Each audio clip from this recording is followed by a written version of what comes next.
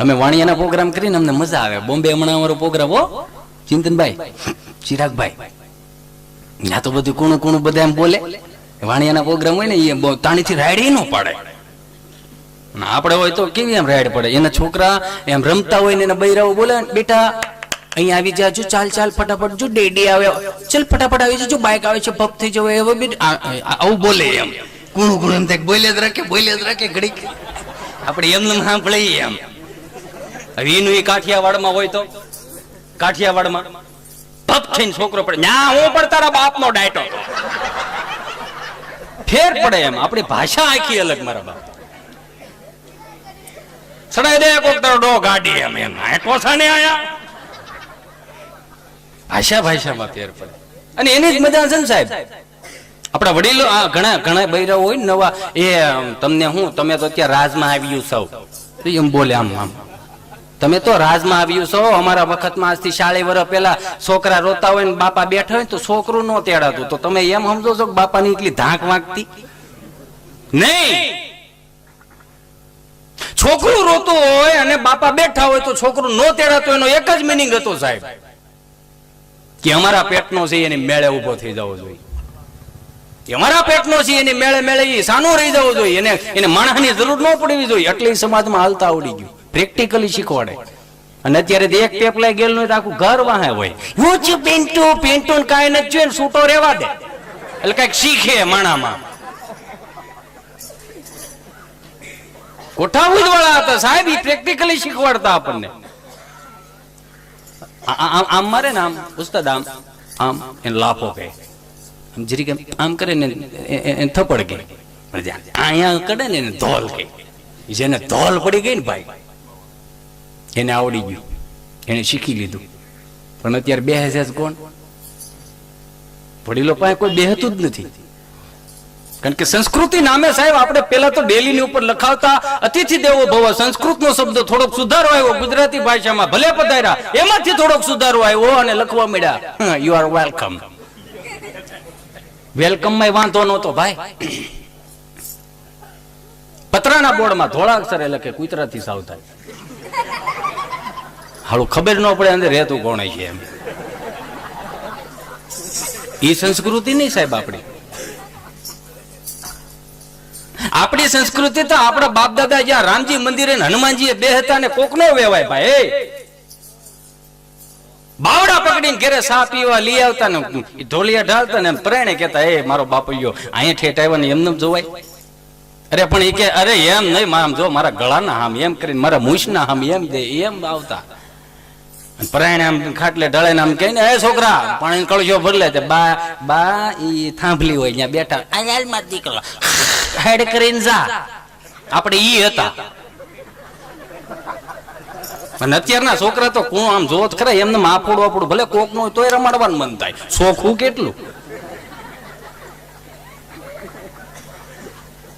નકર ધૂળેટી દિવસે અમને નવરાવતા ને 10 ને નવરાવતો થઈ જાય કે આ ઈચ્યો આજ આપણો આવી ગયા હતા નહીં એવા. એમ 1500 રૂપિયાના 2000 ના યારી કપડા પડે. હમણાં એક છોકરો મારી પાસે, મેં કીધું એ છોકરા હાલ તો, મને કે શું છે અંકલ? મેં કીધું બેટા આ 2 પગમાં તારે આ, મેં કીધું ગોઠણ નીકળી ગયા, પેન્ટ ફાટી ગયું, કે આવું થોડું પહેરે? મને કે અંકલ તમને ન ખબર હોય તો કહી દો, એકચ્યુઅલી આ છે ને ફેશન છે. હું છે ફેશન? મેં કીધું ફાટી ગઈ ફેશન? કે હા અંકલ આ ફેશન છે. મેં 2 હાથ ઊંચા કરીને કીધું, હે મારી માં ખોડિયાર ભગવતી, તારો ખૂબ ખૂબ આભાર મારી માં. આજથી 25 વર્ષ પહેલા આ ફેશનમાં હતા, માંડ બારા કાઢ્યા.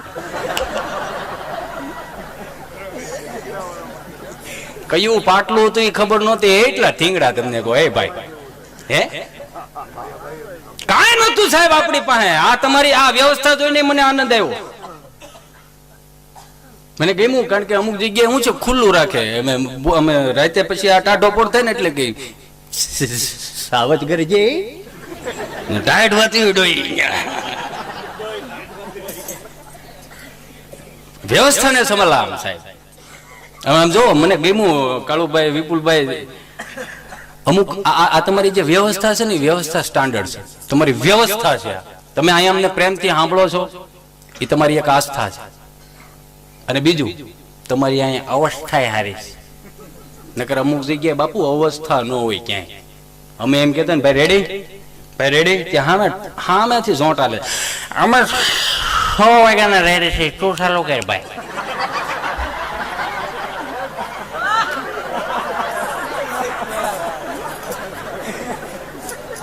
થાય એવું એમ. એટલે આ તમારી અવસ્થા સારી છે કે અમે અહીં બોલીએ તમને ખબર પડે કે ના ના ઈચ્યો બોલ્યો.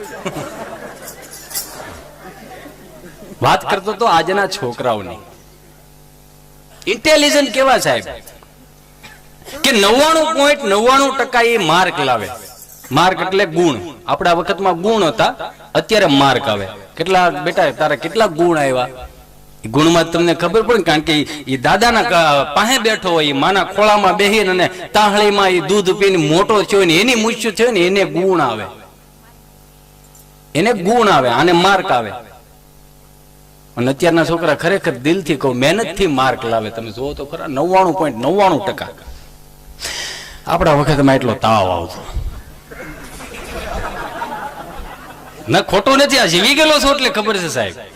આટલો તાવ આવતો. અને ભણવા નામે શું હતું હે ભાઈ? અત્યારના છોકરા સ્કૂલ બેગ જો 2025 ના એના બગલ થયેલા હોય. સ્કૂલ બેગ રામ બરોબર જો અમારા વખતમાં એવા સ્કૂલ બેગ હોય તો એ બે એક થેલી હતી, લાલ પીળી લીલી સતારી ટાકેલી. સમજા? ભણવા એ લઈ જવાની, ઢેકમાં મુખવાસ ભરવા એ લઈ જવાની. કઈ હતું નહીં એમ, સુવિધા નામે કઈ નહીં. અને અમારે એક મિત્ર છે, લઈને આવે આપણે ગોફણીઓ કે ને, ગોફણી કે એને ટેવ એવી, એમ ગોફણીઓ કરતો કરતો દફતર ને ગોફણીઓ જ કરે. ભણીને આવે ને તોય ગોફણીઓ કરતો કરતો, ભણીને જાય તો એમ ગોફણીઓ. આખો રૂમ ભરેલો. અને અમારે બરોબર રામજી સાહેબ માસ્તર બોર્ડમાં ભણાવે. અને આને બિચારાને ગભાને કંપની ફોલ્ટ, જીભ જલાય ચોટે અટકે. ખબર સમજો ને? હા, કંપની ફોલ્ટ. એટલે આવડા ગોફણીઓ કરતો કરતો આવ્યો ને આખો રૂમ ભરેલો. એટલે સાહેબ કહે, હાય ગભા, આપણે નિહાળ નો ટાઈમ કે 8 વાગ્યાનો છે, 10 વાગે ધોડ્યો આવ્યો, તને ભાન છે કે નહીં? કાલથી વહેલો આવજે. આ ગભો હું કે સાહેબ હું વહેલો આવું કે મોડો? તમારે નિહાળ ચાલુ કરી દેવાની.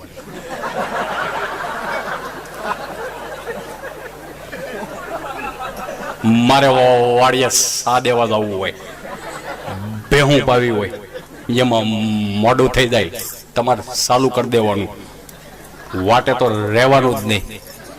સાહેબ કે એ બરોબર છે, પણ તું સમજ, આ છોકરા કેવા સંસ્કૃતના શ્લોકો બોલે. ઓમ ભૂર્ભુવસ્સઃ તત્સવિતુલ વરેણ્યમ ભર્ગો દેવસ્ય ધીમહિ ધિયો યો નઃ પ્રચોદયાત. આ કેવી સરસ પ્રાર્થનાઓ કરે. કોક દીકાની હારે બે ઈ કે ઈ નહીં થાય.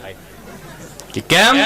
તો કે ઈ આખો શ્લોક બોલે ને તો હજી હું ઓમ ભૂમ ભૂમ હું હજી ભૂયે જ પૂગ્યો. માં સટકવા હાટુથી મોડો આવું. રોજ વાહે રહી જતો. પછી આપણે નક્કી કર્યું એને મોડ થવા દો, આપણે ભલે વાહે રહી. એ કે કાંઈ વાંધો નહીં, બેહી જા એમ કીધું કે સાહેબની નજર પગમાં ગઈ. જો હવે છેલ્લો પોઈન્ટ છે, સાંભળી ગયો.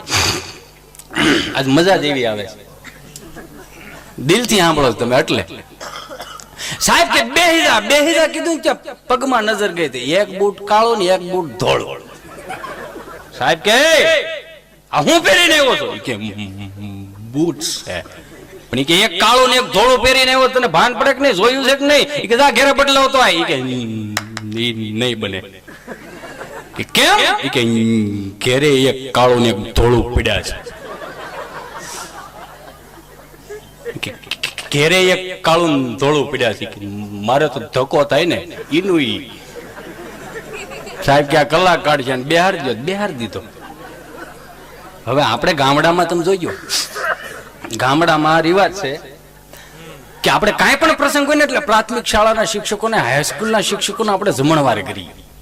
અને સાહેબ ને યાદ આવી ગયું, ભાઈ ફલાણી જગ્યાએ જમવા જવાનું છે આપણે, તો ચાલો છોકરાઓ બધાને પ્રશ્ન કરું, જેને પેલા જવાબ આવડી જાય ને સીધું ઘેરે જવાનું, પછી વાહે એક એક ને જવાનું. ગભાએ ગોફણીઓ કર્યો અને કર્યો રૂમ મારો દફતરનો ઘા.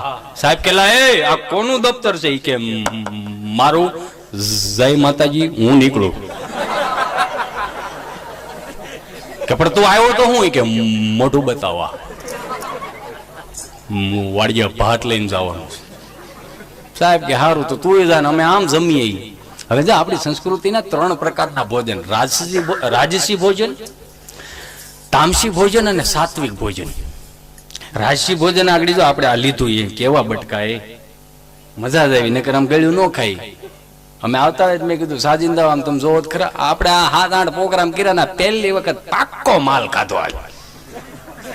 હા નકર વાહે હોય હવ નહીં મળે, તમે જલ્દી આવો ને વાહે જઈ બધે, પણ શું કરવું ભાઈ, પાકો માલ ખાધો, મજા એવી એવી હો. એટલે સાહેબ બરોબર જમીન આવ્યા, લાકડાની ખોડાઈશું.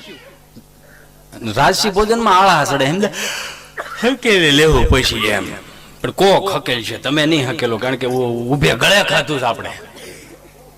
સાહેબ ને જરીક આમ ટેક આવ્યો ને હાલો ઝોલું આવી ગયું, સાહેબે સીધું ટ્રેક્ટર ચાલુ કર્યું.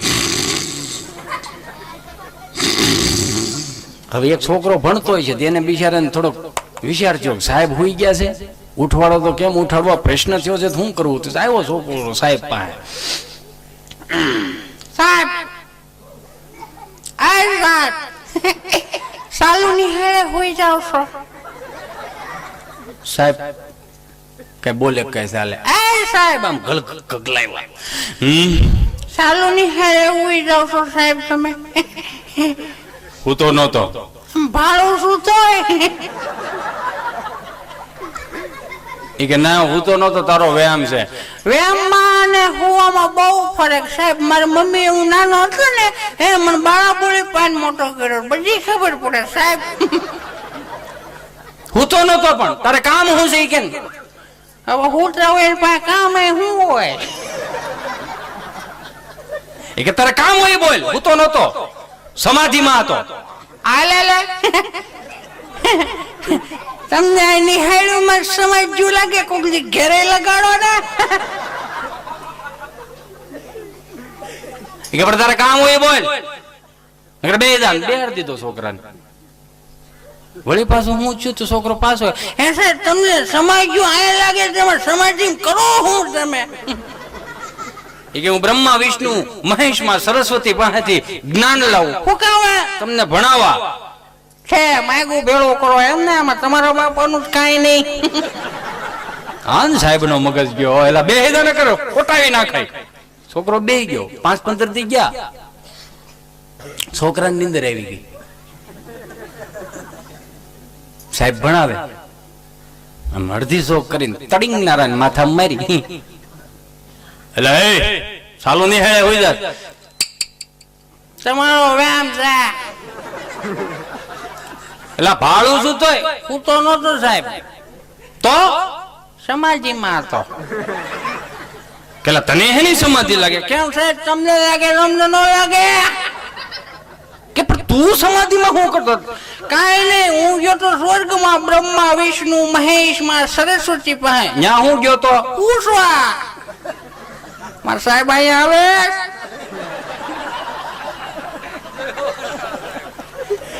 ત્યાં તો આમથી શંકર નો પોઠિયો આવ્યો સાહેબ. એ કે તું ખોટી નો તારો સાહેબ ખોટી નો નીકળો. મને કાઢી મૂકો સાહેબ. કે પણ ગામડાના ભણતર તમે જોજો સાહેબ, નિખાલસ ભણતર હતા, પ્રેક્ટિકલી શીખવાડે તમને.